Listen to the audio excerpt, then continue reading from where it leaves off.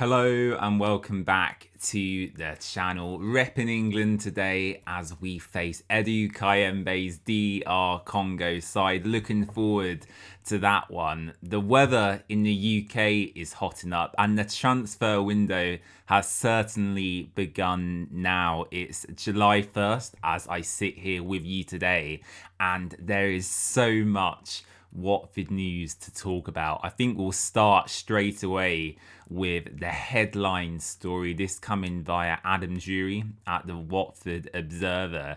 And Giorgi Chakvetadze is likely to end his 3-year Watford career this summer with a move to Udinese, a distinct possibility. The Watford Observer has been told that Giorgi does not want to play Championship football again this season and wishes to explore a move to a top flight club. A real interesting one, this. I think this was always a possibility. I put Giorgi in the bracket of Imran Louza, Othmane Mama and Nestory Irankunda as players with high value who could move on this summer.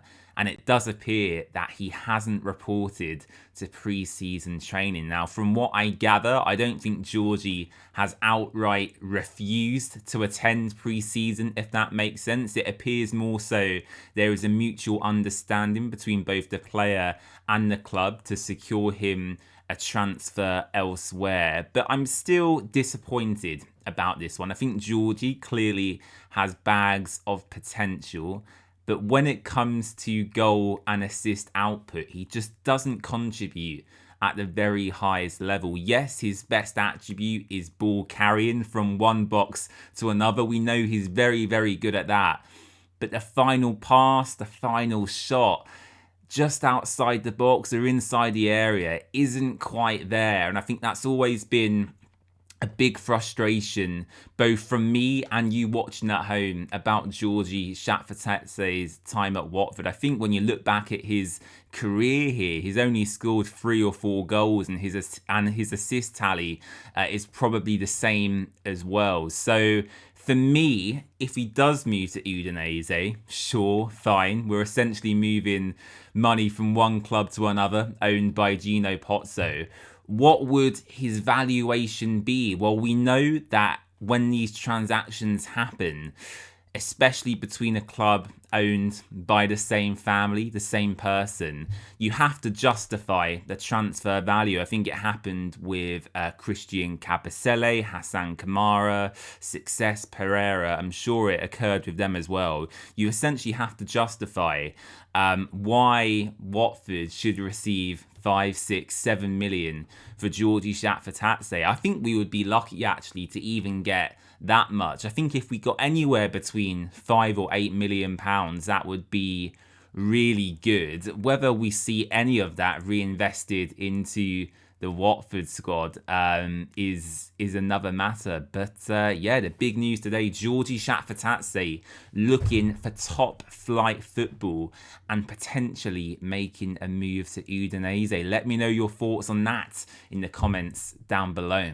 I think this is going to be a common theme throughout the window this year, but another transfer involving Watford and Udinese is Luca Kiramgard, and according to Sky Sports Italy journalist Luca Bendoni, who we've had on the channel previously, Kiramgard looks set to stay at the club on a permanent transfer. I've got to say, I'm not a huge fan of this news. Personally, watching football, my favourite type of player is someone like a Jamie Vardy, a Mate Vidra from when he was here.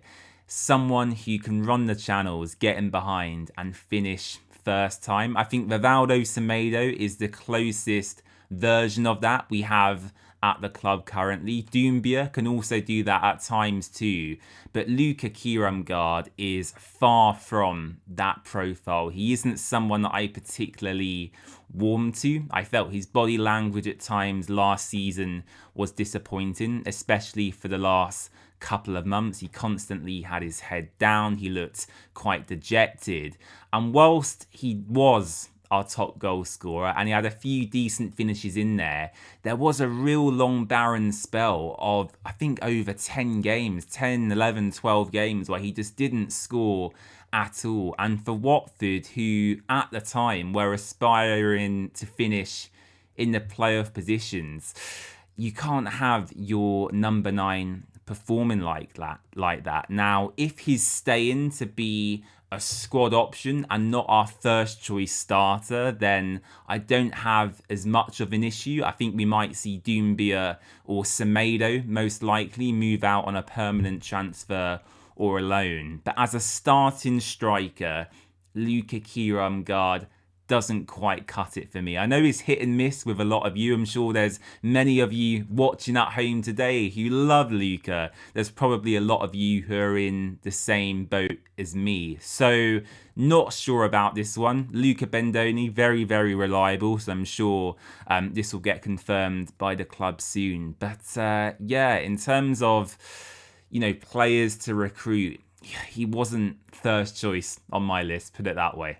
On to goalkeepers now, with both an incoming and outgoing player to discuss. We'll start with Nathan Baxter. It was reported late last night that he was in advanced talks to join our good friend Tom Cleverley at Plymouth Argyle. It appears that has since fallen through, and he is now off to Leyton Orient, where Dan Bachman was in the second half of last season. That coming once again from Adam Jury at the Watford Observer. That links in nicely to our incoming goalkeeper, and with the departure imminently of Nathan Baxter, Watford need a new number 2 behind Egil Selvik. And according to Tutto Mercato in Italy, Watford are in negotiations to sign Bologna goalkeeper Federico Ravaglia. 17 Serie A appearances last season, appears to be coming in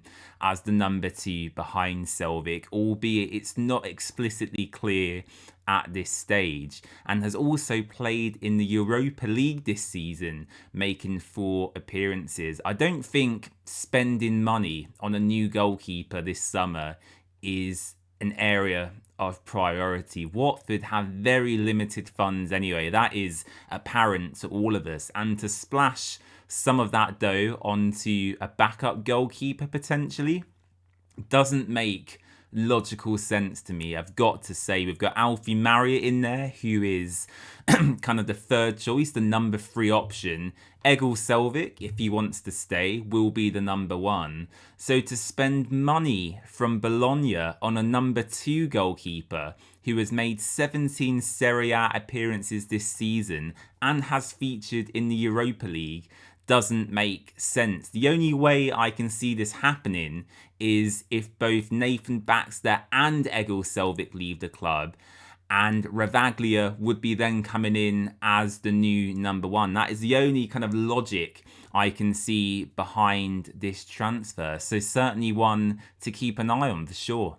Let's talk about defensive reinforcements now. This story coming from the biggest transfer journalist in world football, Fabrizio Romano. Watford are set to sign German right back Omar Traore on a free transfer. And I think the biggest story and discussion point here is, what does this mean for the futures of Petri and Ngakia? Some background on Traore for you. He's 28 years old, so he's certainly not a young player. He's spent 3 consecutive seasons in the German Bundesliga with Heidenheim, 86 appearances in that time. So he's a regular starter for his club side. He doesn't really play centre-back. He's definitely a full-back and can deputise as a wing-back higher up the pitch as well. It seems that's where he plays his best football, in those attacking areas, getting balls